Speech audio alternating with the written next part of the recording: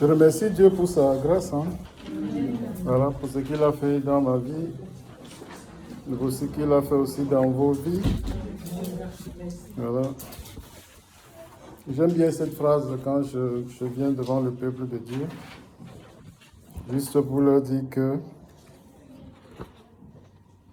c'est Dieu qui est au devant de tout, en fait.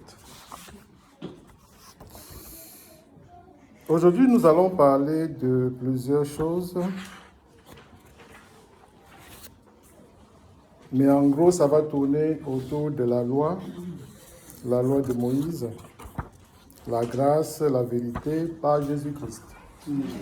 Voilà, vous avez reçu un feuillet qui est assez succinct, je pense, cette semaine, par rapport à la dernière fois où on était parti jusqu'à 6 pages. Voilà, je pense que ce n'est pas parce qu'il manque de choses à dire. Il y a énormément de choses à dire, mais je vais essayer de le présenter, je dirais, d'une manière assez succincte pour que tout le monde puisse comprendre. Ce sont les bases, en fait, de la vie chrétienne. Lorsque j'étais en préparation, il y avait des mots qui revenaient. Le mot la grâce, les mots, par exemple. Il y avait le mot la loi, le mot la grâce, le mot justifié et le mot alliance. Voilà, ça c'est des 4 mots. Nous les informaticiens, on appelle ça les tags, les nuages de tags. Ouais. Lorsque vous faites les réseaux sociaux, vous faites, je dirais, tout ce qui est Internet, il y a comme ça des mots assez particuliers qui permettent de retrouver facilement l'information. Nous allons revenir sur ces 4 mots au cours de la prédication et vous allez comprendre pourquoi ils sont tellement importants et pourquoi ils font partie essentiellement de la base de la vie chrétienne. Comme d'habitude, je vais commencer avec une petite histoire. Vous me connaissez déjà pour les histoires. Une histoire évangélique, À partir de ça, je vais positionner un peu le contexte d'aujourd'hui. Quand je me suis lancé dans la vie chrétienne, il y a plus de cela, plus de 15 ans, je crois, j'aimais beaucoup aller dans les églises. Même quand on ne m'invite pas, je vais quand même choisir des églises. Vous connaissez, il y avait un endroit assez particulier, je ne sais plus si ça existe encore, avec plein de bâtiments qui ont plein de portes et on peut venir directement entrer et suivre le culte. Et moi, j'aimais bien quand je venais dans ces bâtiments-là, de choisir une église et d'aller m'asseoir à côté de la porte. Un jour, j'ai choisi une église comme ça, quelconque, le pasteur venait d'Angleterre, pour vous situer un peu l'affaire. Je suis le culte tranquillement. J'ai remarqué que dans ces cultes-là, il y avait beaucoup de témoignages. Or, moi, la partie que j'aime beaucoup dans l'église, c'est la partie des témoignages. Voilà. Et moi, je parle des témoignages courts. Pas les témoignages de maman. Parce que les mamans, quand elles font leurs témoignages, elles racontent tout, même la couleur des habits qu'elles portaient, le vent commence à souffler et tout. Alors je suivais attentivement les témoignages. Il y a une dame qui est passée. Elle dit oui, je devais de l'argent. Après elle raconte l'histoire. Elle dit que oui, on a effacé ma dette et je ne dois plus rien. Je dis mais bon sang, c'est intéressant cette affaire. 2 autres témoignages, 3 autres témoignages. Après une autre personne arrive. Elle dit oui, ça commençait comme ça. Je devais de l'argent, on m'a menacé, on est venu, même Lucie est venu, on est venu porter mes affaires, patati patata. J'ai un peu lutté. À la fin, ça finissait par on a effacé la dette. Et moi, j'étais assis là, je me suis dit, mais c'est quelle église ça? Où on efface les dettes. Le culte est terminé. J'ai encore repéré le vendredi qui revenait. Et je suis venu encore dans la même église pour voir si les gens allaient si les gens allaient venir témoigner qu'on a effacé leurs dettes. Et c'est ce qui est arrivé.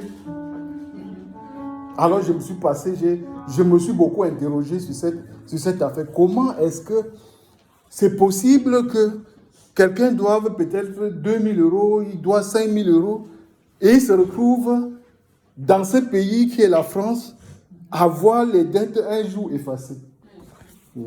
Vous comprenez où est-ce que je suis en train d'arriver là? Parce que la loi dit, la loi te somme qu'il faut payer tes dettes. Si tu ne payes pas tes dettes, peut-être il peut avoir, je ne sais pas, des intérêts au niveau de ces dettes qui risquent de te voilà. Et moi j'étais là, vous savez pourquoi cette affaire m'interrogeait beaucoup? C'est parce qu'à cette époque-là, j'avais aussi les dettes. Et on me disait, acceptez Jésus-Christ, les choses anciennes sont passées, tu entres dans les nouvelles, on dit les nouvelles choses arrivent. Je me suis dit, mais quelle est cette manière, quel est ce problème que j'ai que je viens à Jésus-Christ, mais mes dettes sont toujours là. Alors qu'on dit que quand tu viens à Jésus, les choses anciennes sont passées et voilà, je veux refaire une nouvelle chose dans ta vie. Je me disais, mais j'ai un souci, vraiment un souci. Alors l'affaire est arrivée que on a commencé un jour à me menacer. Je n'avais pas d'argent pour payer. J'étais au chômage. Et un jour, j'ai reçu une lettre sommation, M. Pierre Benoît. Mes premières sommations. Vous êtes invité, comme vous ne voulez pas payer, on va se retrouver au tribunal. À l'époque, je mettais encore des costumes. N'est-ce pas, ce jour-là, j'ai mis mon meilleur costume. Et je me suis retrouvé au tribunal. Devant celui qui m'accusait, qui me regardait parfois avec un air un peu bizarre. Hein? Madame la juge qui arrive, qui entre dans la salle et tout le monde se lève. Et quand les gens se levaient, je me disais dans mon cœur, ça va commencer, le massacre va commencer, Pierre. Qu'est-ce que tu vas pouvoir raconter? Tu es face à la loi et la loi va te juger. Elle m'a dit, bon monsieur, l'accusé, levez-vous. Je me lève, je vais devant. Je vais commencer à parler, je gratte un peu ma gorge. On me pose la question, pourquoi vous ne payez pas?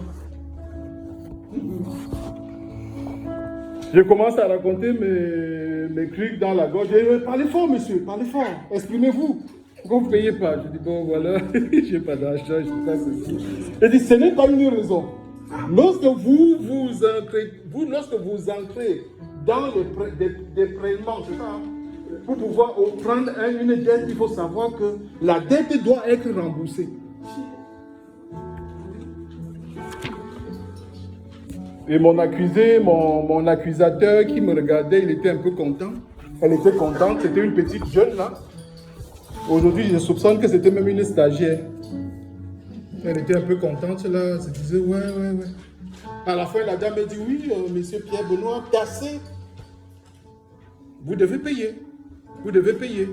Je vais vous envoyer les réponses de nos...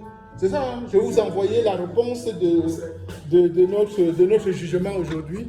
Et voilà, quoi, je vous donnerai peut-être des possibilités, ça dépend de la situation qui va se prévoir. Donc je rentre chez moi un peu pas énervé, hein, un peu rassuré parce que je me dis qu'au moins ça s'est passé. Attendons, la prochaine fois, on va voir ce qu'on va me dire.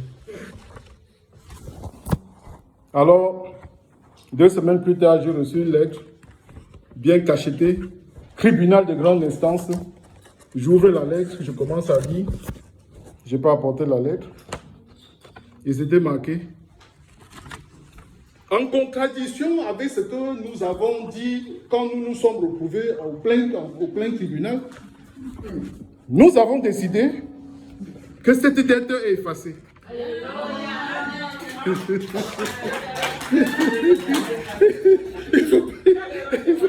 Il faut pas m'applaudir, il faut applaudir le grand Ouk de m'avoir donné cette inspiration pour venir vous expliquer. Donc d'un côté, on a la loi. Hein? On a un côté, on a la loi. Cette loi qui t'exige, cette loi qui te met dans un carton, hein, c'est ça? Cette loi qui te rend esclavage, comme on a dit, hein? La loi qui te rend esclavage, de suivre cette loi. Si tu ne la suis pas, automatiquement, tu te retrouves avec une sanction. Voilà. Et de l'autre côté, on a la grâce, qui est quelque chose qui n'est pas mérité. Quelque chose qui arrive, qui te frappe je ne sais pas, qui te frappe comme une foudre. Et jamais tu ne vas oublier que tu as reçu la grâce. Amen. Voilà. C'était ça. Donc pour ceux qui veulent décrocher, maintenant ils peuvent décrocher. Vous avez déjà eu l'exemple de ce que c'est que la loi, de ce que c'est que la grâce. Vous permettez que je regarde dans mon cahier ce que j'ai écrit? Oui. Ok, merci beaucoup. Mais je n'allais plus aller à cette église-là, ça faisait... J'étais déjà dans une autre église. Parce que je ne comprenais pas cette partie qui disait que j'ai accepté Jésus, les choses anciennes sont passées. Et maintenant, tu vois, les choses sont devenues nouvelles. Mais je suis devenu nouveau avec mes dettes que je crimballais par-ci, par-là. Et ça n'allait pas trop. Voilà. Donc, pour comprendre l'affaire de la loi de Moïse, il faut, j'allais dire, remonter même quand le peuple était en Égypte. Et que Dieu, ayant entendu les cris de son peuple, s'est souvenu que le moment était venu qu'il devait libérer le peuple. Il a envoyé une personne avec un nom, parce qu'à cette époque-là, le nom de Dieu n'était pas entendu. Il n'y avait que, j'allais dire, les vieilles vestiges qui se souvenaient du nom du libérateur. Lorsque Moïse, j'ai fait un peu la leçon courte, lorsque Moïse a sorti le peuple, ils se sont donc retrouvés dans le désert. Or, là où il y a beaucoup de personnes et qu'il n'y a pas une loi qui est instituée pour cadrer le peuple, chacun fait sa loi. Alors, ça devient un peu la jungle. Quelqu'un va dire, non, ce n'est pas la jungle, c'était le désert. Mais c'était peut-être un désert. Donnez-moi un adjectif qui vient par jungle. Allez. Ceux qui font des mots croisés, là. Un adjectif qui commence par jungle. Je n'ai pas dit que c'était un désert junglé. Non, ce n'est pas un désert junglé. Vous avez compris ce que je voulais dire. Donc, pour cadrer ce désordre, pour que le peuple puisse avancer de concert vers la terre promise, il fallait qu'il y ait quelque chose, qu'il y ait des règlements qui allaient permettre au peuple de suivre pour qu'il y ait une bonne harmonie au milieu du peuple pour qu'il puisse avancer tranquillement vers la terre promise. C'est là où Dieu, dans sa prestance, a décidé de donner au peuple une loi. Cette loi, aujourd'hui, elle est consignée, si vous regardez la Bible, c'est les 5 premiers livres de la Bible. J'ai essayé de creuser par rapport à la loi qui a été donnée, parce que lorsque nous, on écoute par exemple ces histoires-là, on voit directement, en premier lieu, on voit les 10 commandements. Ce qui fait que beaucoup ont toujours cru que lorsqu'on parlait de loi, on parlait des 10 commandements. Alors qu'il ne s'agit pas simplement des 10 commandements, c'est plus profond que cela. J'ai vu 3 catégories dans cette histoire de loi.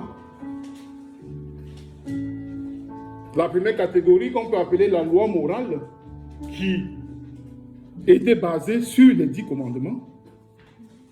La deuxième catégorie qu'on peut appeler les lois cérémonielles, qui expliquait un peu comment on devait pratiquer les différentes cérémonies, comment on devait faire les sacrifices d'animaux et tout cela, afin d'être agréable à Dieu. Et la dernière catégorie, c'était les lois civiles. Donc, s'il y a des petits embrouilles entre voisinage, la loi alors venait pour pouvoir régler ces genres de problèmes.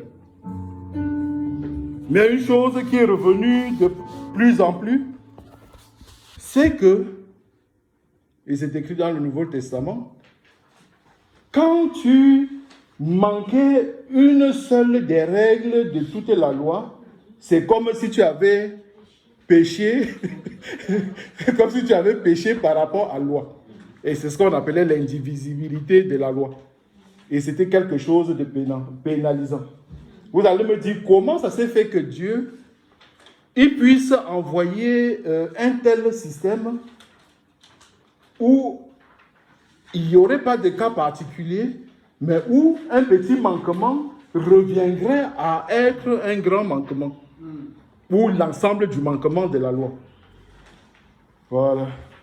J'ai passé beaucoup de temps à réfléchir. C'est souvent, je ne réfléchis pas beaucoup comme ça.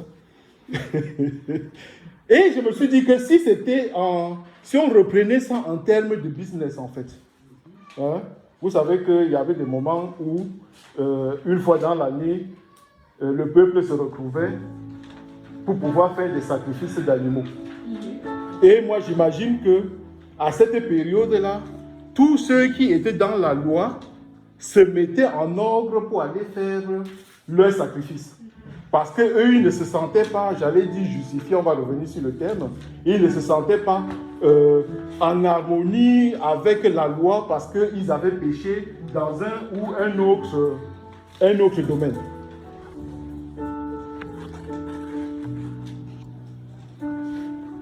Le but de la loi, c'était d'harmoniser, comme je vous ai dit, c'était d'essayer d'harmoniser le peuple, c'était de faire voir les différents manquements que le peuple pouvait avoir par rapport aux réglementations de Dieu. Et le but de la loi, c'était d'éduquer aussi les gens. On a vu dans l'évangile, la loi a servi de pédagogue pour pouvoir enseigner le peuple des Israélites.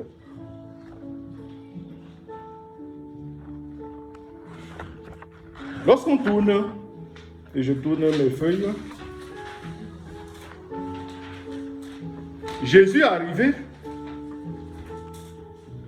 il a été soumis aussi à la loi. Vous comprenez ce qui se passe? Jésus arrive, il est soumis à la loi, comme les gens de son époque, et sa manière de vivre, en fait, révélait, j'allais dire, beaucoup de lacunes par rapport à la loi. Pourquoi j'évoque un peu cette affaire, vous le comprenez dans 2 minutes. Jésus qui arrive, qui a une mission bien précise par rapport à la loi. Et il le dit, je ne suis pas venu pour casser la loi, c'est ça, hein, il y a un mot particulier. Mais je suis venu pour accomplir la loi. Mais lorsque lui, il vivait, il était déjà dans un autre mood. Hein? Je ne vais pas dire un mood de révolutionnaire. Il est sorti presque de tous les préceptes, de beaucoup de préceptes de cette loi-là, pour mener une vie qui allait au-delà de la loi avant même que lui-même il n'entre en œuvre et ne casse complètement la loi.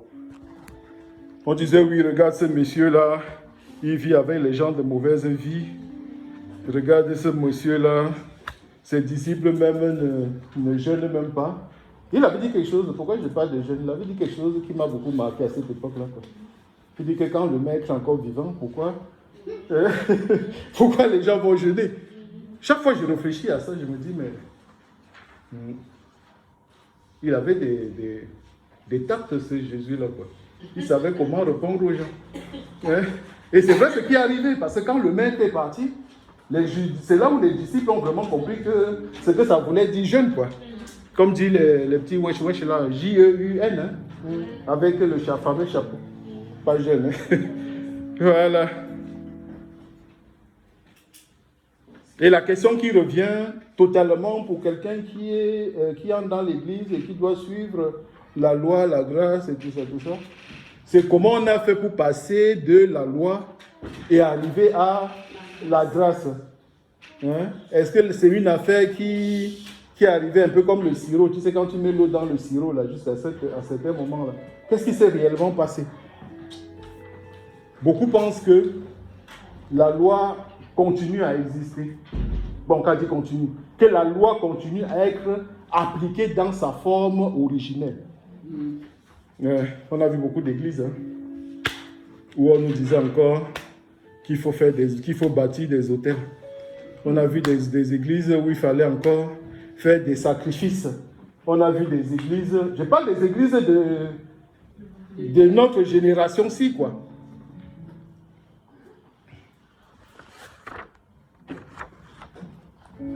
C'est par l'œuvre de la croix de Jésus, c'est ça, hein, par l'œuvre de la croix, qu'on est passé de la loi à la grâce. Voilà. Il a fallu que un nouvel agneau, qui est Jésus-Christ, prenne la place de tous les agneaux. Et depuis ce jour-là, rien n'est plus comme avant. Et depuis des années, des générations, je me suis rendu compte que des gens ont fait des efforts pour mélanger la loi et la grâce. Des gens ont fait des efforts pour ignorer la grâce. Et j'avais lu un livre il y a quelques années qui justement parlait de quelque chose d'assez intéressant que je vais vous raconter. Et c'est une histoire que je n'ai jamais racontée à quelqu'un. Hein? Je pense que j'ai déjà raconté cela au frère. Un jour, on a parlé de ça, on a un peu rigolé. C'était à mon frère, là, c'était amusant. Dans la Bible, à un certain moment, ça dépend des versets, c'est ça, hein, des versets bibliques. Je ne sais plus qui l'a écrit, mais c'est écrit. Lorsque Jésus mourut sur la croix, lorsqu'il a dit, tout est accompli, il y a quelque chose qui s'est passé ce jour-là à Jérusalem même. Et il est écrit, le voile du temple, ça vous dit quelque chose? Le voile du temple se déchira depuis le haut jusqu'au bas. Voilà, imaginez un peu.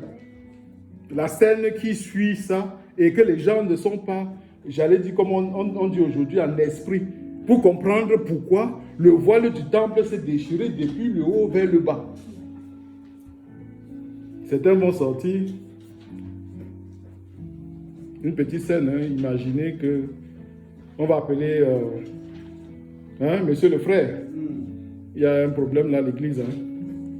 Est-ce que tu sais que le voile s'est déchiré? Hein? D'un côté, on va dire cotisons, il faut qu'on recouse le voile. Hein?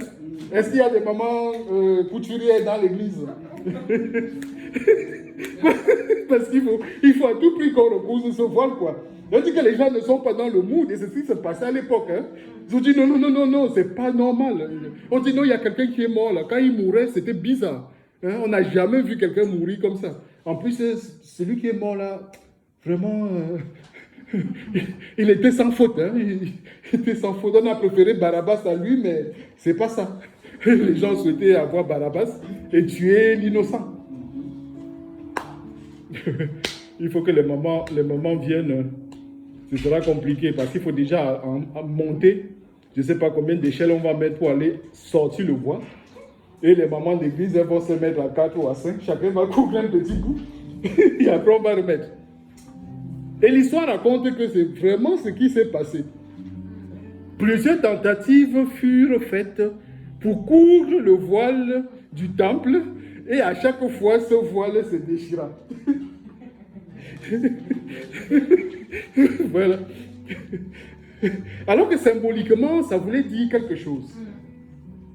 Ça voulait dire que maintenant, il n'y a plus de lieu très saint. N'importe qui peut accéder au lieu très saint et communiquer directement avec Dieu. Parce que la loi exigeait que on puisse passer par un intermédiaire. Dans cette époque d'intermédiation est terminée, chacun peut aller directement parler avec son Dieu.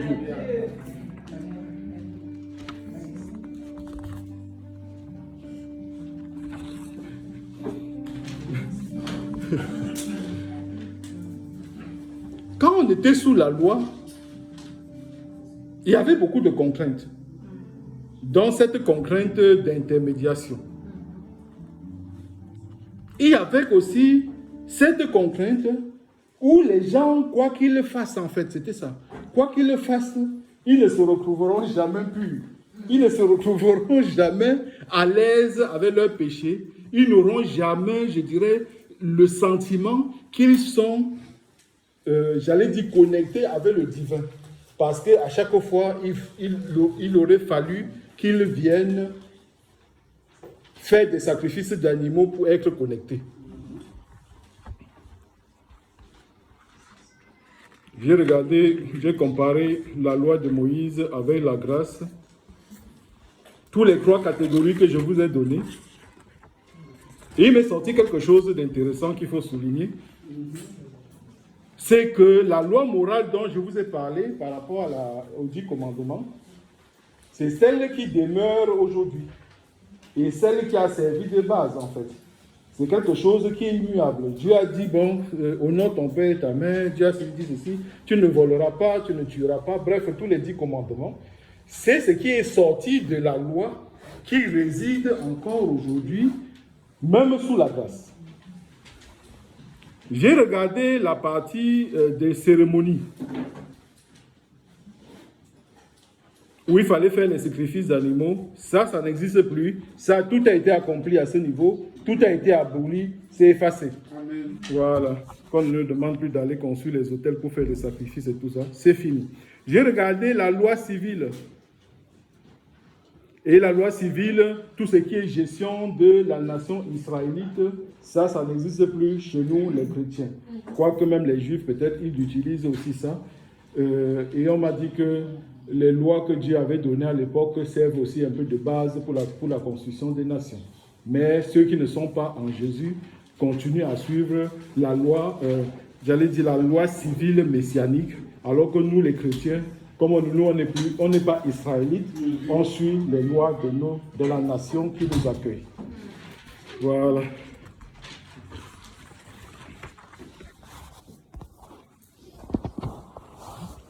Je peux creuser encore, mais je pense que nous tendons vers la fin et je vais finir avec quelque chose qui est très important, qui est celui de la justification. Et je vous ai parlé de la justification en vous donnant l'exemple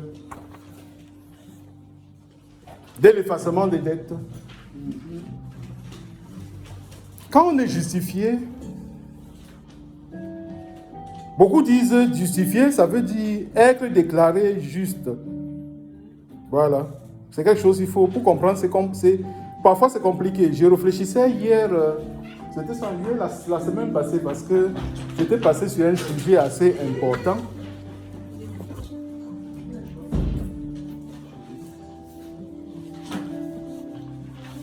Qui expliquait en fait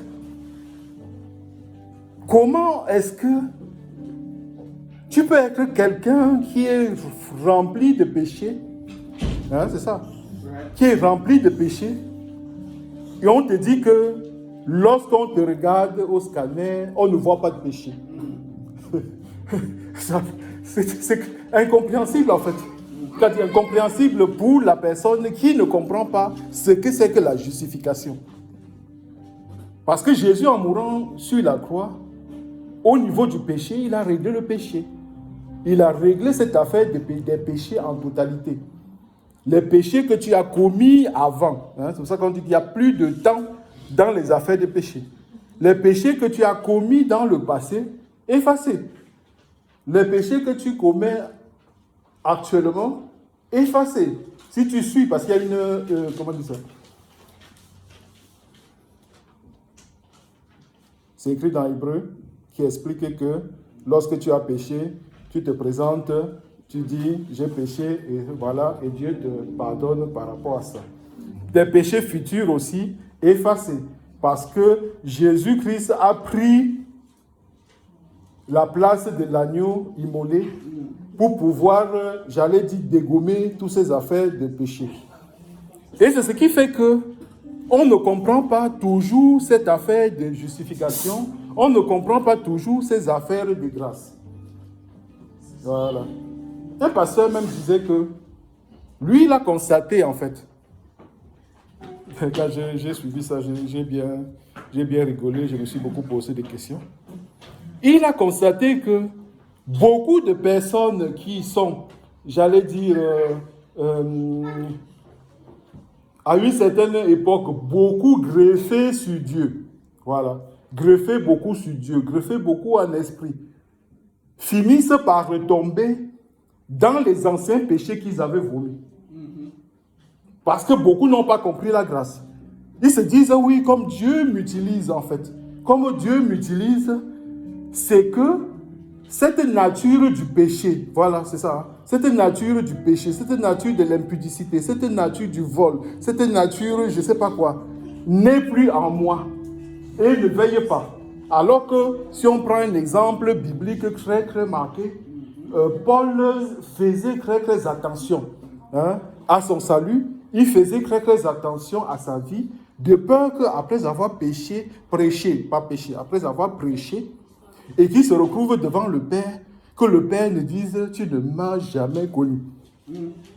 Parce que la nature de la grâce nous donne et nous donnerait, conditionnel présent, nous donnerait ces sentiments d'impossibilité, ce sentiment de surnaturel. Un peu comme si, Pierre Benoît, il ne pêche pas. Pierre Benoît, voilà quoi, il a reçu cette grâce. Et cette grâce fait que, alors que ce n'est pas ça c'est pas comme ça qu'il faut voir. On a toujours cette nature, je dirais, où il faut combattre le péché, mais c'est la grâce de Dieu qui vient, qui couvre tout et que ça nous passe pour quelqu'un qui est justifié, parce qu'il y a quelqu'un qui a payé le prix. Voilà.